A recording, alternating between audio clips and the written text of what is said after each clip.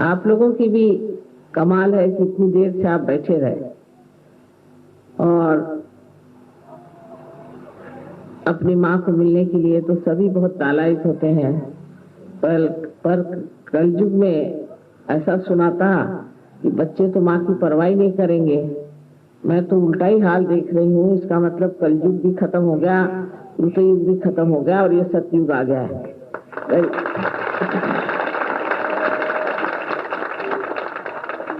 जब ये कृतयुग में परम चैतन्य जो है वो कार्यान्वित होता है। ये तो आप जानते हैं कि परम चैतन्य का कार्य शुरू हो गया।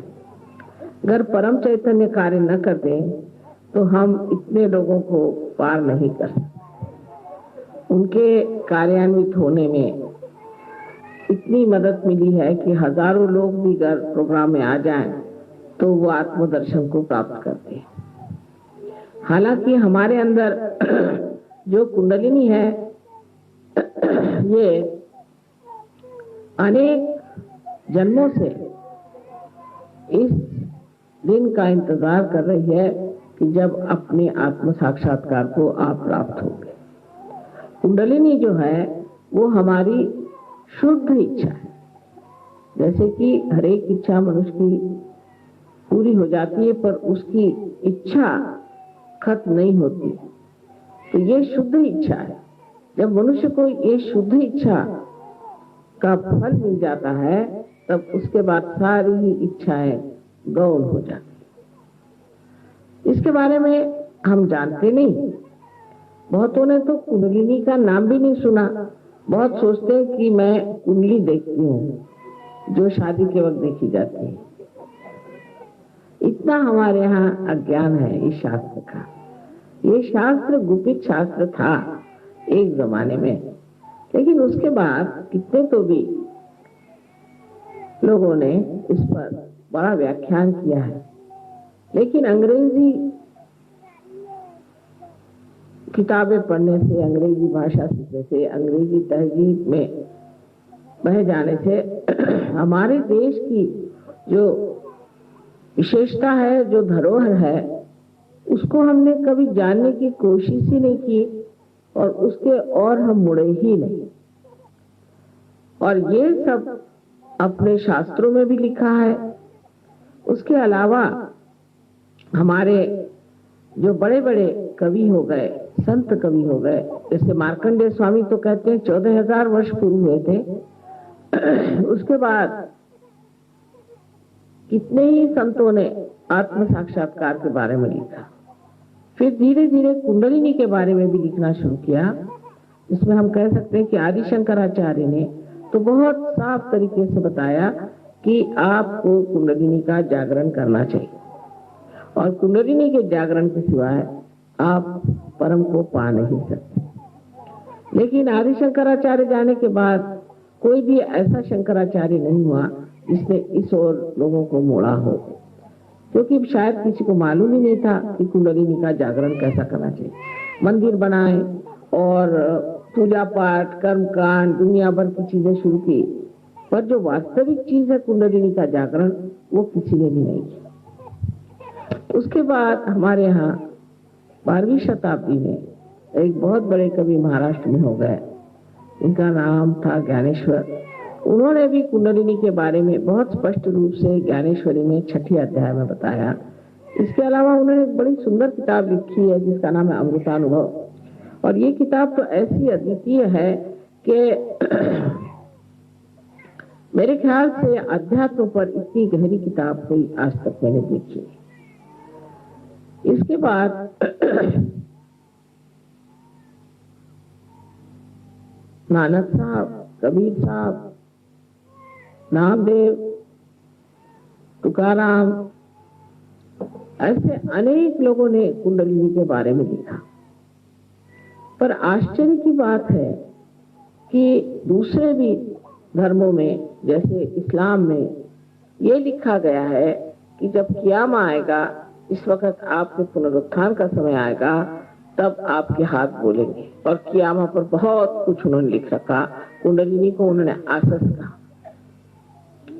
और ईसाई धर्म में भी कहा है कि ये ट्री ऑफ लाइफ है, और जिस वक्त तुम्हारे अंदर आत्मदर्शन होंगे तब तुम्हारे अंदर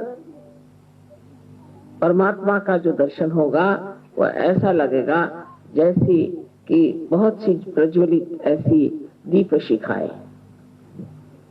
और ये होता है, ये दिखाई, मुझे दिखाई देता है, आप लोगों को भी बाद में दिखाई देगा। अब इसके बारे में राजा जनक से लेकर के अभी तक हर आदमी ने अपनी तरह से इसको लिखा, जैसा समय था, जैसी स्थिति थी। लेकिन तब भी ये जनसाधारण को चीज मिल सकती है, इसे जनसाधारण प्राप्त कर सकते हैं,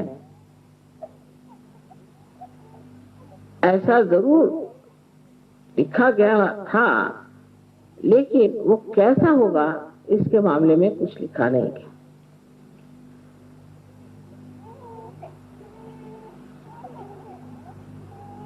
ज्ञानेश्वर जी ने एक बहुत सुंदर कविता लिखी है, उसका नाम है पसायदान। उसमें उन्होंने सहयोग पूरी तरह से वर्णित किया है और पूरी तरह से ये कहा है कि ऐसे दिन आएंगे। वो कहते हैं कि चलिए, सहयोगियों के वर्णन करते हैं कि आप चलिए, आप कौन हैं? आप जंगल की जंगल हैं कल्पतरु के। कल्पतरु तो आप सब लोग जानते हैं, कल्पतरु के आप जंगल की जंगल है, आप लोग चलिए। और फिर वो कहते हैं कि आप लोग माने सहयोगी लोग अमृत के भरे हुए ऐसे महासागर हो जो कि बोलते हैं, चंद्रमा जैसी आपकी शक्ल जिसपे कोई लांछन न हो, और सूर्य जैसे आप दैदीप्यमान लेकिन आप में ताप न हो, ऐसे आप सहयोगी चलिए, चल के ये पसायदान, ये अमृत दान सबको दीजिए। पर उस पर भी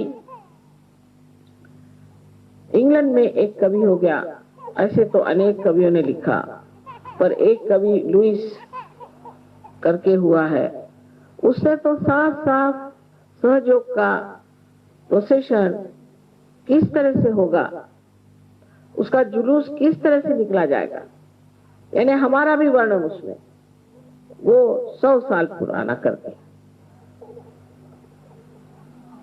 उसके अलावा अपने हिंदुस्तान में ही बड़े भारी कवि, इनको हम मानते हैं, रविंद्रनाथ टैगोर, उन्होंने गणपतिपुळे का पूरा वर्णन कर दिया कि भारत के किनारे पर सब देश के लोग आएंगे, माँ जाग उठी है, विश्व की माँ जाग उठी है, और सब अपनी छोटी छोटी मर्यादाएं भूल करके एक जाग हो जाए। देखिए कितने बड़े बड़े दृष्टा अपने देश में हो गए। रविंद्र बाबू तो हमारे ही सामने थे, और विलियम ब्लेक नाम का एक बड़ा भारी कवि इंग्लैंड में हुआ, उन्हें 100 साल पहले लिख दिया था कि ऐसा ऐसा होने वाला है। भृगु मुनि ने अपनी जो किताब नारी ग्रंथ है, एक किताब आप जानते हैं कि उन्होंने कुंडलिनी के बारे में लिखी थी, जिसको भृगु संहिता कहते हैं, पर एक किताब उन्होंने नारी ग्रंथ नाम की लिखी है, उसमें पूरा सहयोग का वर्णन है कि मनुष्य की कुंडलिनी सहज में जागरूक होकर के उसकी तंदुरुस्ती ठीक हो जाएगी, वो बिल्कुल ठीक हो जाएगा, और उसके लिए कोई भी ऐसी अस्पताल वगैरह, मतलब संस्कृत में दूसरा ही शब्द है, उसकी जरूरत नहीं पड़ेगा। और बिल्कुल सहयोग का इतना सुंदर वर्णन, पता नहीं 14,000 की 12,000 वर्ष पूर्व ये हुए, उन्होंने ये बात कलयुग के लिए कही। और अभी कुछ दिन पहले मैं एक एस्ट्रोलॉजर है कोई अमेरिका में, उनका पढ़ रही थी, मैं हैरान हो गई। 70 साल से ये काम हमने शुरू किया, बराबर 70 साल से उन्होंने ये होगा वो होगा ऐसा होगा वैसा होगा, इस तरह से बढ़ेगा, इस तरह की कनेक्टिविटी आएगी, सब कुछ लिख रखा। बहुत आश्चर्य की बात है कि इन लोगों को इतनी चीजें कैसी दिखाई दी। लेकिन विलियम ब्लेक ने तो हमारा घर कहाँ होगा, उसमें कौन लोग काम करेंगे, सब कुछ वर्णित करते, जैसे कि खड़े थे वहां और देख रहे थे कि घर किस तरह से बन रहा। ये सब होते हुए भी और अनेक इस प्रकार की चीजें हुई हैं। आप लोगों को कभी मौका होगा तो आप देखिएगा कि ऐसे फोटो आए हैं कि जहां हमारे हृदय पे ही सूर्य है, हमारे हाथ पे सूर्य है, पांव पे चांद है, पीछे में चांद सूरज है, तरह तरह के प्रकाश सब से निकल रहे हैं और चारों तरफ प्रकाश है। कहीं हम बैठे हुए हैं तो उसकी जगह सिर्फ चैतन्य ही चैतन्य। इस तरह के अनेक फोटोग्राफ्स आपके आजकल के कैमरा में आ रहे हैं। उसको जरूरी नहीं कि कोई बड़ा महंगा कैमरा हो या कोई बड़े पहुंचे हुए फोटोग्राफर हो, सर्वसाधारण एक कोई छोटा सा बच्चा खींच लेता है, उसके इसमें आ जाता है। कोई एक छोटा सा एक विद्यार्थी कुछ खींच लेता है, उसकी फोटोग्राफ, उसके पास फोटोग्राफ आ जाता है। तो इस तरह की बहुत सी पहचानें आज मानव के लिए सहयोग में है। इसके अलावा जो जो प्रयोग किए गए सहयोग से बीमारियों के, या जो जो प्रयोग किए गए एग्रीकल्चर पे या किसी भी चीज पर, उस पर इतना ज्यादा यश मिला है कि कोई सोच भी नहीं सकता कि इतना यश किसी एक सर्वसाधारण बुद्धि के आदमी को मिल सकता है। इसका मतलब एक तो है कि हमारे अंदर कुछ तो भी अज्ञान से ढका हुआ था जो खोलना पड़ा। और दूसरी बात ये भी है कि हमारे अंदर बहुत सी शक्तियां हैं सुप्तावस्था में, जो कुंडलिनी के जागरण से जागृत हो गई। आज आपको मैं यही बताना चाहती हूँ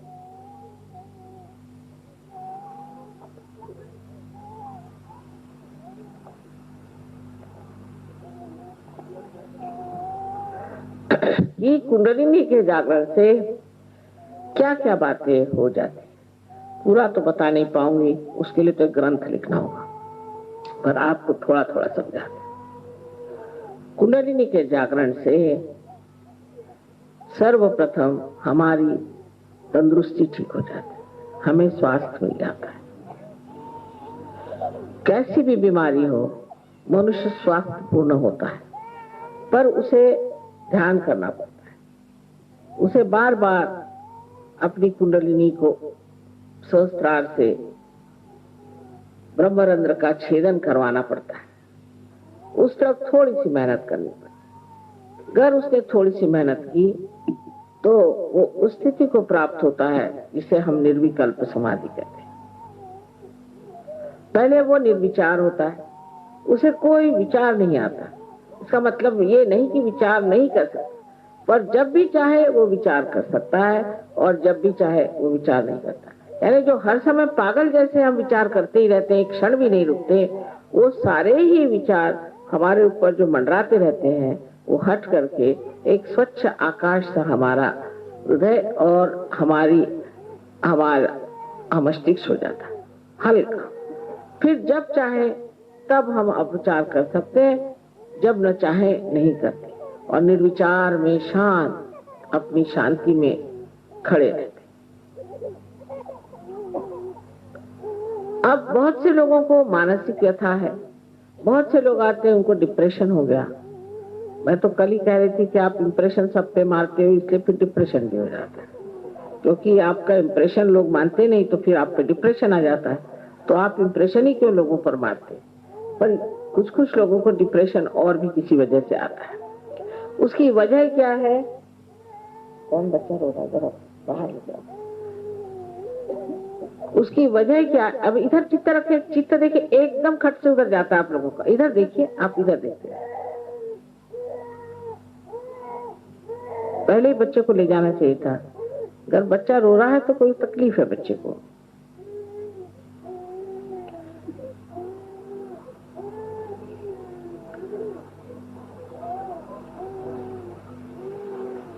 चित्त को जरा आप संयत रखें, क्योंकि जैसे जैसे हम बोल रहे हैं कुंडलिनी पर भी काम कर रहे हैं धीरे धीरे।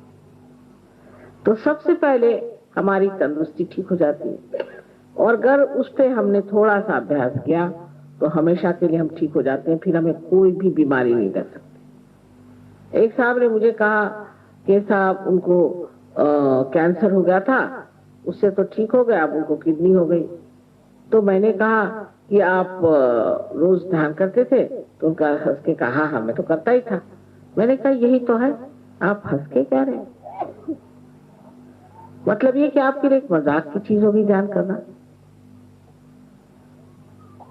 आप एक चीज, एक जिम्मेदारी की चीज समझ करके आप करते नहीं थे, अगर करते होते तो कभी भी किडनी की शिकायत नहीं। और बहुत से लोग जिनको बताया गया था कि आप 1 साल में ही मर जाएंगे, 1 महीने में ही मर जाएंगे, वो अच्छे भले घूम रहे, उनको कुछ नहीं हुआ, सालों बीत गए, अच्छे से घूम रहे।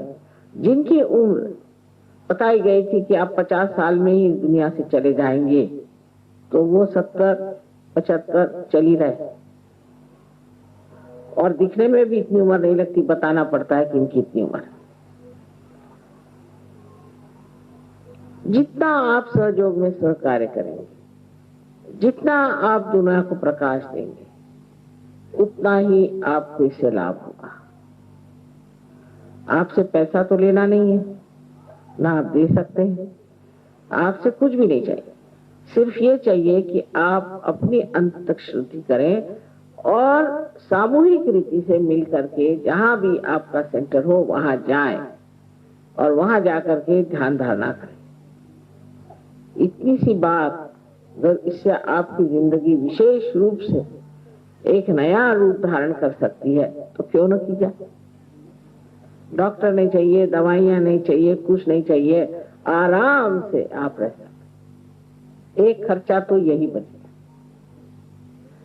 दूसरा खर्चा ऐसा बचा है कि जैसे मैंने कहा किसी को मानसिक क्लेश है, अगर किसी स्त्री में मानसिक क्लेश है या पुरुष में मानसिक क्लेश है, या उसे कोई आदतें, शराब पीना है, जुगार खेलना है, पता नहीं क्या क्या आदतें होती दुनिया भर की, सिगरेट, पान, तंबाकू, ये वो दुनिया भर की चीज जिसमें कि हम पैसा खर्चा करके अपना नुकसान करते हैं।